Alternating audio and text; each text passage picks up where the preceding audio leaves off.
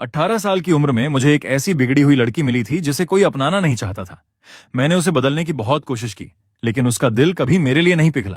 बाद में जब उसका असली प्यार वापस आया, तब मुझे समझ आया कि उसके अंदर भी नरमी और प्यार था, बस वो मेरे लिए नहीं था। जिस दिन मैंने उसे छोड़ा, उस दिन मैंने झूठ बोला कि मैं अभी वापस आता हूँ, लेकिन फिर कभी लौट कर नहीं आया। 7 साल बाद फिल्म के सेट पर हमारी फिर मुलाकात हुई। अब वह एक मशहूर अभिनेत्री और फिल्म फेयर विजेता बन चुकी थी। उसने मेरा हाथ कसकर पकड़ लिया। तुम्हें वापस लाने जाऊं? आखिर तुम गए कहाँ थे? मैं इतना घबरा गया कि हथेलियों में पसीना आने लगा। लियो रोयान मुझसे सिर्फ 5 मीटर पीछे खड़ी थी। अगर मैं एक बार मुड़ जाता तो हमारी नजरें मिल जाती। लियो मैडम, अगले सीन में आपकी मुलाकात अपने एक्स से होगी। आपको उसमें लगाव और बिछड़ने का दर्द दिखाना है। लगाव आपको सही नहीं लग रहा? वो अब मेरा एक्स है, उसके लिए क्या महसूस करना। उसकी आवाज पहले जैसी ही ठंडी थी, दूर दूर रहने वाली और हल्की सी चुभन लिए हुए। 18 साल की उम्र में वह मुझे इसी आवाज में धीरे से शाओ चाय कहकर बुलाती थी। पीछे बातचीत चलती रही। डायरेक्टर ने आगे क्या कहा मुझे सुनाई नहीं दिया, लेकिन लियो रोयान की आवाज साफ मेरे कानों में गूंज गई। मैं कभी पुराने रिश्तों में वापस नहीं जाती, और उस पुराने रिश्ते के रूप में मैं भी खुद को उससे मिलवाना नहीं चाहता था।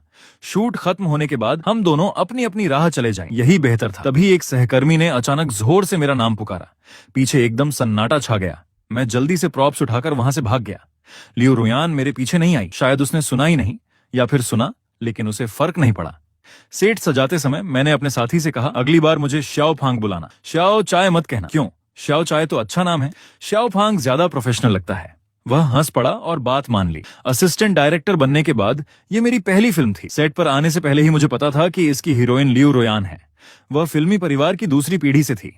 पूरी इंडस्ट्री के आधे संसाधन उसके पास थे, लेकिन सिर्फ पहचान ही नहीं, उसकी एक्टिंग भी शानदार थी। सिर्फ 25 साल की उम्र में वह बेस्ट एक्ट्रेस बन चुकी थी, और बदकिस्मती से मैं उसका पहला प्यार था। मैंने बहुत सोचा था कि ये काम स्वीकार करूं या नहीं, लेकिन इतनी अच्छी नौकरी छोड़ने का मन नहीं हुआ, इसलिए मैं आ गया। मैंने खुद से कसम खाई थी, वो मुझे पहचान नहीं पाएगी, वरना मेरा करियर खत्म हो जाएगा। क्योंकि 7 साल पहले हमारा ब्रेकअप बहुत बुरा हुआ था। मैंने उसे चिट्ठी में लिखा था, मुझे पहले से पता था कि तुम फिल्मी परिवार से हो। मैं सिर्फ तुम्हारे करीब इसलिए आया था ताकि तुम्हारे परिवार की खबरें निकाल सकूं। मुझे तुम्हारे जैसी बदमाश लड़की कभी पसंद नहीं थी। मुझे शांत और सभ्य लड़कियां पसंद हैं। अब दोबारा कभी मत मिलना। चिट्ठी में जितना बेपरवाह दिख रहा था, असल में जाते समय मैं उतना ही टूटा हुआ था। मुझे नहीं पता लियो रोयान ने वो चिट्ठी पढ़कर क्या महसूस किया होगा, लेकिन उसका स्वभाव बहुत गुस्सैल था। अगर उसने मुझे पकड़ लिया तो शायद मेरा करियर भी खत्म हो जाता। असल जिंदगी में लियो रोयान टीवी से भी ज्यादा खूबसूरत थी। उसके जीन ही इतने कमाल के हैं। आखिर उसके माता पिता पुराने सुपरस्टार जो ठहरे। लियो रोयान की पर्सनैलिटी मुझे सबसे ज्यादा पसंद है। इतनी शालीन और सुंदर, स्कूल में तो जरूर सबसे खूबसूरत लड़की रही होगी। मैं लगभग खांस पड़ा। लियो रोयान स्कूल की क्वीन? बिल्कुल गलत। वह स्कूल की सबसे डरावनी लड़की थी। सब उसे दूर भागते थे। मैं आज भी नहीं भूल सकता जब मैंने उसे पहली बार देखा था। तेज बारिश हो रही थी। सड़क पर सब लोग जल्दी जल्दी भाग रहे थे, लेकिन वह अकेली सड़क किनारे बैठी थी, जैसे उसके अंदर जान ही ना हो। जब मैं उसके पास पहुंचा तभी उसने सिर उठाकर मुझे देखा। उसकी आवाज बेहद रूखी थी, दफा हो जाओ। फिर भी मैंने चुपचाप उसके सिर पर छाता कर दिया। यहीं से मेरी और लियो रोयान की कहानी शुरू हुई। मैंने सिर झटक कर पुरानी यादें हटाने की कोशिश की। सेठ बहुत शोरगुल वाला था, इसलिए मैं सीढ़ियों के पास चला गया। लेकिन जैसे ही दरवाजा खोला, मैंने देखा लियो रोयान अंधेरे में खड़ी थी। वह मुझे उसी ठंडी नजर से देख रही थी जैसे 7 साल पहले देखा करती थी। सीढ़ियों के पास सन्नाटा था। मैं सिर झुकाकर निकलने लगा, तभी उसने मुझे रोक लिया। Assistant director? अभी अभी ग्रेजुएट होकर सीधे डायरेक्टर झांग के साथ काम मिल गया। काफी काबिल हो। धन्यवाद। उम्र कितनी है? 22। हम दोनों की उम्र बराबर है, फिर भी तुम मुझे मैडम बुलाते हो। सब लोग आपको मैडम ही कहते हैं, यहाँ तक कि 43 साल के असिस्टेंट डायरेक्टर भी। तो फिर एक बार और बुलाओ। लियो मैडम। अंधेरे में मैं उसका चेहरा ठीक से नहीं देख पा रहा था, लेकिन ऐसा लगा जैसे लियो रोयान के होंठ हल्के से मुड़े हों। हालांकि उसकी मुस्कान में जरा भी गर्माहट नहीं थी, इतनी ठंडी कि मेरी रीढ़ में सिहरन दौड़ गई। फिर भी मेरे मन में एक उम्मीद थी, वह मुझे पहचान नहीं पाएगी। 7 साल पहले की तुलना में मैं पूरी तरह बदल चुका था। पहले मैं दुबला पतला बीमार सा लड़का था, अब लोग मुझे छोटा मोटा हैंडसम कहने लगे थे। यहाँ तक कि घर के रिश्तेदार भी मुझे पहचान नहीं पाते। फिर इस अंधेरे में वह कैसे पहचानती? लियो मैडम, आप आराम कीजिए, मैं चलता हूँ। तभी उसने फिर मुझे रोक लिया। रुको, तुम्हारा नाम क्या है? फांग युआन। मेरा नाम फांग युआन है। पहले कभी कोई और नाम इस्तेमाल किया था? नहीं। लियो रोयान चुप हो गई और मेरी पीठ पर ठंडा पसीना बहने लगा। असल में पहले मेरा नाम फांग युआन ही था, बाद में मैंने बदलकर फांग श्याओचाय रख लिया। उसने कभी मुझसे झूठ बोला था, अब मैंने उससे एक झूठ बोल दिया। हिसाब बराबर। 11वीं की गर्मियों की छुट्टियों में मुझे सड़क के कोने पर लियो रोयान मिली थी। उसने कहा था कि उसका कोई घर नहीं, कोई परिवार नहीं, और मैंने उसकी बात मान ली। मुझे लगा वह भी मेरी तरह एक छोड़ा हुआ गरीब बच्चा है। जब मैं छोटा था मेरे माता पिता तलाक लेकर अलग अलग बस गए थे। दोनों के नए परिवार थे, नए बच्चे थे, लेकिन मुझे कोई नहीं चाहता था। मुझे मेरी मौसी के घर छोड़ दिया गया। मैं बचपन से बहुत शांत और आज्ञाकारी था, क्योंकि अगर अच्छा बच्चा बनकर रहो तो कम से कम खाना मिल जाता है। मैं और लियू रोयान एक दूसरे से बिल्कुल अलग थे। वह सिगरेट पीती, लड़ाई करती, हर तरह की शरारत करती थी, और मैं शांत, शर्मीला, जिसे पढ़ाई के अलावा कुछ नहीं आता था। 12वीं में हम दोनों एक ही क्लास में आए। मैं पहली बेंच पर बैठता था, वह आखिरी बेंच पर। किसी को नहीं पता था कि उसका परिवार क्या करता है। यहाँ तक कि अफवाहें थीं कि उसके माता पिता ही नहीं हैं, कि वह बेघर है। स्कूल में हम अजनबियों जैसे रहते थे, लेकिन किसी को नहीं पता था कि हर रात लियू रोयान मेरे बेसमेंट की खिड़की खटखटाती थी। मैं उसके लिए थोड़ा सा स्थान खाली कर देता, जहां वह जमीन पर सो जाती, और सुबह मौसी के उठने से पहले चुपचाप चली जाती, जैसे वह कभी आई ही ना हो। लियू रोयान अक्सर क्लास बंक करती थी और हर बार चोटिल होकर लौटती थी। उसकी मरहम पट्टी हमेशा मैं करता था। फांग श्याओचाय, थोड़ा धीरे नहीं कर सकते? मुझे श्याओचाय बुलाओ। ठीक है, श्याओचाय जी। श्याओचाय मेरा बचपन का नाम था, जो मेरी दिवंगत नानी ने रखा था। फांग श्याओचाय से ज्यादा मुझे श्याओचाय कहलाना पसंद था, क्योंकि लियू रोयान हमेशा मेरे यहाँ आकर सोती थी, तो मुझे लगता था कि वह मुझसे भी ज्यादा बेचारी है। और धीरे धीरे मेरे मन में एक और गलतफहमी पैदा हो गई। जब मैं किताब लाना भूल जाता और टीचर मुझे डांटते, तब लियू रोयान आखिरी बेंच से उठकर अपनी किताब मेरी डेस्क पर फेंक देती। जब दूसरे क्लास के लड़के मुझे परेशान करते, वह मेरे सामने खड़ी हो जाती। मुझे लगा हम दोनों एक दूसरे का सहारा हैं, लेकिन बाद में पता चला ऐसा कुछ भी नहीं था। लियू रोयान फिल्मी परिवार की बेटी थी। उसके घर में ढेर सारी लग्जरी स्पोर्ट्स कारें थीं। उसके एक जूते की कीमत में मेरे पूरे सीजन के कपड़े आ जाते। वह मेरे करीब सिर्फ इसलिए आई थी ताकि अपने परिवार को चिढ़ा सके। मेरी सोच अचानक टूट गई। जब मैं वापस सेट पर पहुंचा, किसी ने मेरे हाथ में मिल्क टी पकड़ा दी। गो झिंगचुआन फिर सेट पर आया है, पूरी टीम के लिए ड्रिंक्स लाया है। जल्दी देखो, इतना अमीर और हैंडसम लड़का और उसके साथ फिल्म क्वीन, क्या जोड़ी लग रही है। मैंने उधर देखा। लियू रोयान हल्का सा सिर झुकाए धैर्य से गु झिंगचुआन की बातें सुन रही थी। बाकियों की तरह मैं भी उस दृश्य से नजर नहीं हटा पाया। अचानक, जैसे उसे मेरे देखने का एहसास हुआ हो, उसने मेरी तरफ देखा। मैं तुरंत नजरें झुका गया। जब दोबारा ऊपर देखा, वह मुझे नहीं देख रही थी, जैसे वह पल सिर्फ मेरा भ्रम था। रोयान दी, शूट खत्म होने के बाद क्या आप मेरे साथ पेरिस फैशन शो चलेंगी? उसकी आवाज और अंदाज 7 साल पहले जैसा ही था, और मैं फिर अतीत में खो गया। हाई स्कूल के समय मैं और लियू रोयान सिर्फ साधारण सहपाठी थे, लेकिन कॉलेज एंट्रेंस एग्जाम खत्म होने के बाद उस गर्मियों में हम रिलेशनशिप में आ गए। लियू रोयान कभी बहुत रोमांटिक नहीं थी, लेकिन उसने मुझे ठुकराया भी नहीं। उसके मुंह से कभी मीठी बातें नहीं निकलती थी। फिर भी कुछ मामलों में वह अच्छी गर्लफ्रेंड थी। जैसे मैं बुलाऊं तो तुरंत आ जाती, और मुझ पर पैसे खर्च करने में कभी कंजूसी नहीं करती। लेकिन उसने कभी मुझे अपने दोस्तों से नहीं मिलवाया। एक बार मैं उसे सरप्राइज देने बिलियर्ड्स क्लब गया, लेकिन मुझे देखकर उसने चिढ़कर कहा, आगे से यहां मत आया करो। तब मैंने ज्यादा ध्यान नहीं दिया, मुझे लगा उसका स्वभाव ही ऐसा है। फिर गु झिंगचुआन सामने आया। उसने बड़ी आसानी से उसे पुकारा, रोयान दी, आप यहाँ कैसे? देखो, मैंने नई फेरारी खरीदी है। फिर उसने मेरी तरफ देखा, ये कौन है? मैंने कहा, हेलो, मैं लियू रोयान का बॉयफ्रेंड हूँ। वह जोर से हंसा, मजाक मत करो, रोयान दी तुम्हें क्यों पसंद करेंगे? उनके होने वाले बॉयफ्रेंड तो मैं हूं। हमारे परिवारों के बीच शादी तय है। लियू रोयान का चेहरा तुरंत काला पड़ गया। उसने गु झिंगचुआन को बाहर धकेलते हुए कहा, इसकी बात मत सुनो। मैंने उस रिश्ते के लिए कभी हाँ नहीं की, लेकिन उसकी सफाई बहुत कमजोर थी। बाद में उसके माता पिता खुद मुझसे मिलने आए। तब मुझे पता चला वह सिर्फ किसी अमीर परिवार की बेटी नहीं थी। उसका परिवार लगभग आधी एंटरटेनमेंट इंडस्ट्री पर कब्जा रखता था। लियू रोयान के अपने माता पिता से रिश्ते खराब थे, इसीलिए वह जानबूझकर महंगे स्कूल छोड़कर साधारण स्कूल में आई थी। जानबूझकर घर नहीं लौटती थी। उसके माता पिता हमेशा काम में व्यस्त रहते थे। उन्हें यह तक नहीं पता था कि उनकी बेटी बाहर क्या कर रही है। उस दिन बातचीत खत्म होने से पहले उसके पिता ने मुझसे कहा, फांग, शायद तुम्हें अभी तक समझ नहीं आया, लियू रोयान बहुत विद्रोही लड़की है। वह तुम्हारे साथ सिर्फ हमें परेशान करने के लिए है। वह सच में तुमसे प्यार नहीं करती। पहले भी वह ऐसा कर चुकी है। अगर भरोसा नहीं तो देखना कि वह झिंगचुआन के साथ कैसी रहती है। जिसे वह सच में पसंद करती है वह झिंगचुआन है। बस, दोनों बचपन से साथ बड़े हुए हैं, इसलिए उसे खुद अभी एहसास नहीं हुआ।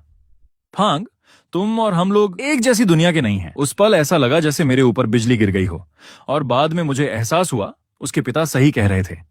लियू रोयान मुंह से चाहे कहती रहे कि उसे गु झिंगचुआन परेशान करता है, लेकिन सच में वह उसके लिए बहुत धैर्य रखती थी। उसकी हर जिद मानती थी, उसके गुस्से को सहती थी। सबसे बुरा तो तब हुआ जब एक पल पहले गु झिंगचुआन मेरा मजाक उड़ा रहा था कि मैं गरीब हूं, और अगले ही पल जैसे ही लियू रोयान आई, उसने तुरंत मासूम और दुखी चेहरा बना लिया। रोयान दी, अभी फांग श्याओचाय ने जानबूझकर मुझे कुनकुन पर धक्का दे दिया। मैं तो डर ही गई थी। लियू रोयान तुरंत नाराज हो गई। मैंने तुमसे कहा था ना, उसे परेशान मत करो। गु झिंगचुआन उसके पीछे खड़ा था और मुझे घमंडी मुस्कान के साथ चिढ़ा रहा था। उसी पल मुझे समझ आया, लियू रोयान कोई ऐसी बंजर डाल नहीं थी जिस पर फूल नहीं खिलते। बस वो फूल मेरे लिए नहीं खिलते थे। अगस्त के आखिर में मैंने उसके माता पिता का प्रस्ताव स्वीकार कर लिया। उनकी मदद से मैं विदेश पढ़ने चला गया। मेरी परिस्थितियों में शायद वो मेरी जिंदगी का इकलौता मौका था विदेश में पढ़ने का। जिस दिन मैं जा रहा था, मैंने लियो रुयान से कहा, मैं चॉकलेट खरीदने जा रहा हूं। जैसे हमेशा करती थी, उसने तुरंत अपना वॉलेट निकाला। सबसे महंगी वाली लेना। मैं मुस्कुराया, जरूरत नहीं, मैं अभी जाकर आता हूं, मैं इंतजार करूंगी। लेकिन उसके बाद मैं कभी वापस नहीं आया।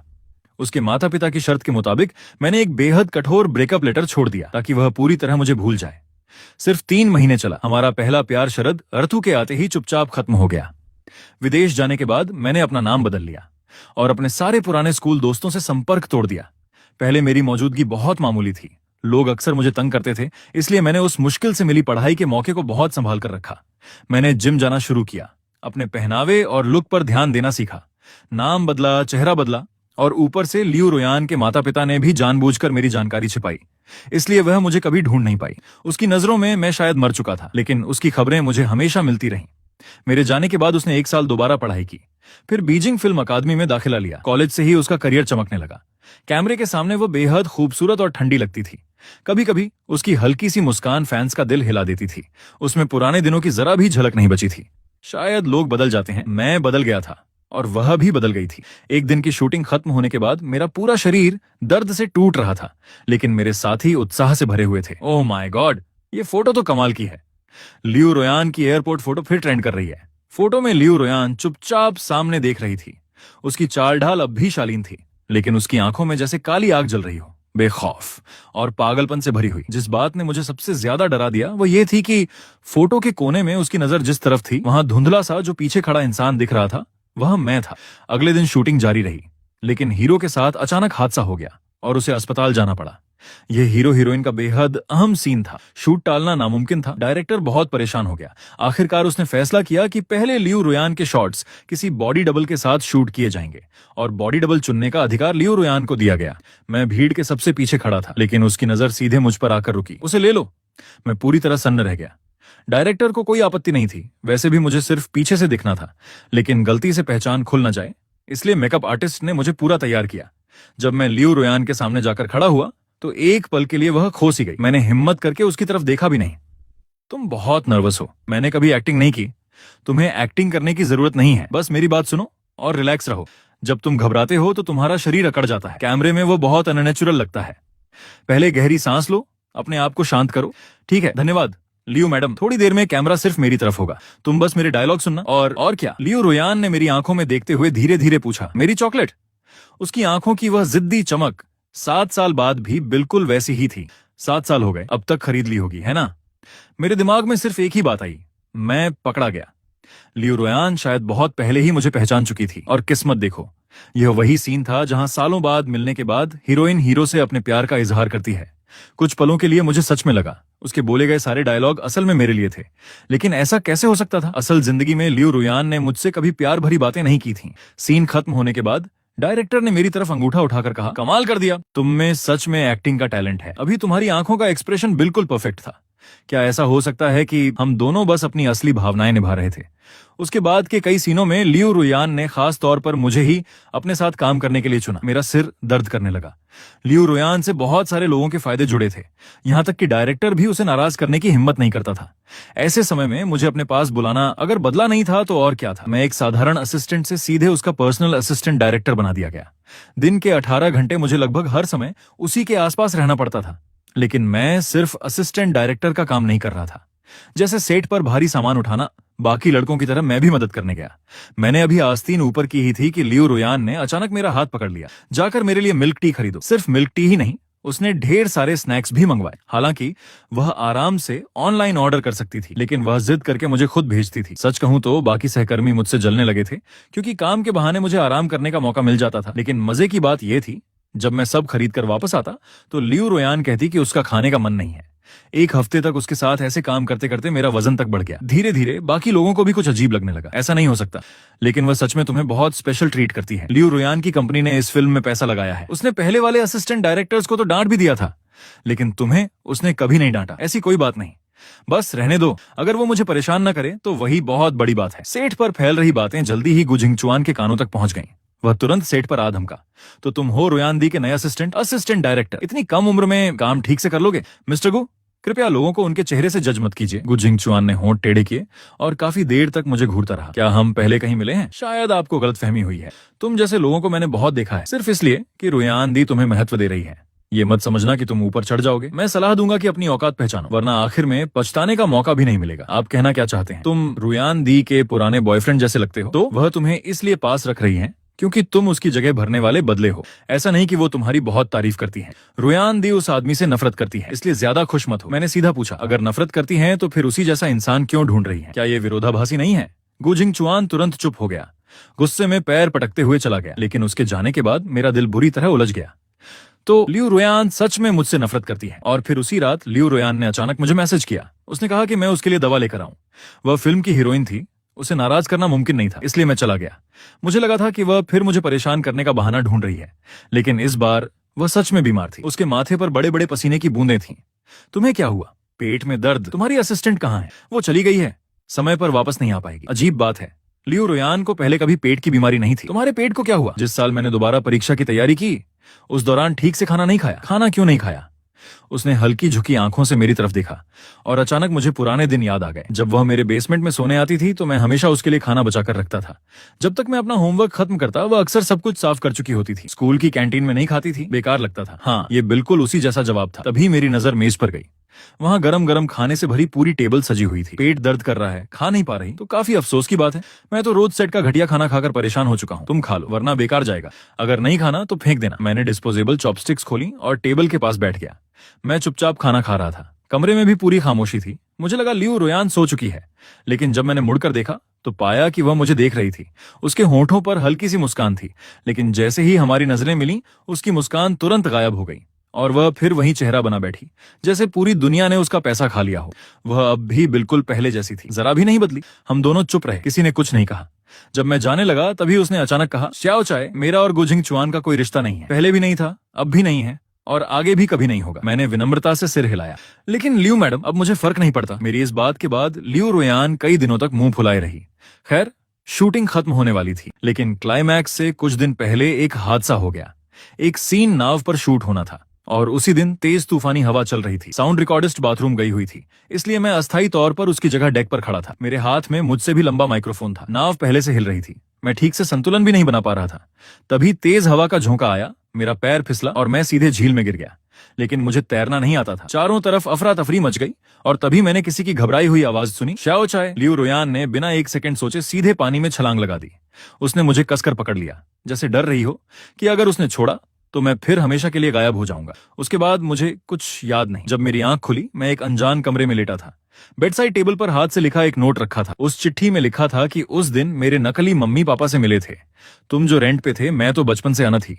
तब मुझे अपनी गलती का एहसास हुआ और मुझे पता चला कि वो मुझसे इतना प्यार करती है कि आज तक मेरा छाता संभाल के रखा हुआ है। और कहानी यहीं पर खत्म हो गई।